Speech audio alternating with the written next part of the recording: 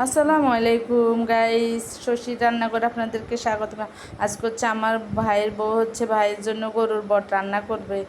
এক প্রবাসী স্বামীর জন্য বইয়ের ভালোবাসা। এখন হচ্ছে সবগুলা মশলা তেল দিয়ে সরিষার তেল দিয়ে মাংস রান্না করলে, তো মাংস জাতীয় যে কোনো কিছু রান্না করলে অনেক টেস্ট হয়।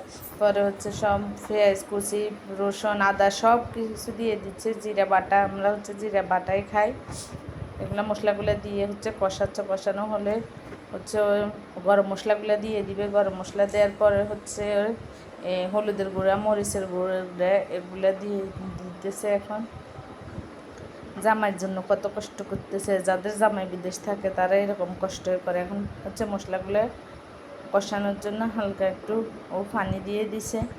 এখন পানিটা কষানো হলে গরুর বটগুলো দিয়ে দেবে, ঢাকনা দিয়ে ডেকে দিছে। কষানো শেষ, দেখেন এখন হচ্ছে গরুর বটগুলো এত সুন্দর করে পরিষ্কার করে রেখে দিছে আন্টি, মানে আমার ভাইয়ের শাশুড়ি আর কি। আন্টির কাজ অনেক সুন্দর, মানে উনি অনেক সুন্দর করে কাজ করে গোছানো।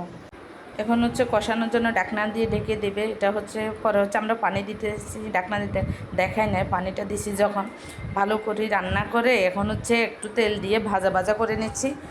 তেলকে একটু তেল বাগার দিয়ে দিছি। এখন আমাদের রান্নাটা সে যখন কষাইছি না পানি দিয়ে, তখন হচ্ছে দেখানো হয় নাই পানিগুলো দেওয়াটা। একবারে অনেক ভালো মতো সিদ্ধ হয়েছে, মানে সুন্দর মতো সফট হয়েছে।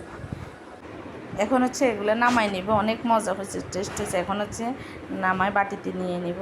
দেখেন রান্নাটা কেমন হয়েছে, ভালো লাগলে কমেন্টস করবেন। আল্লাহ হাফিজ।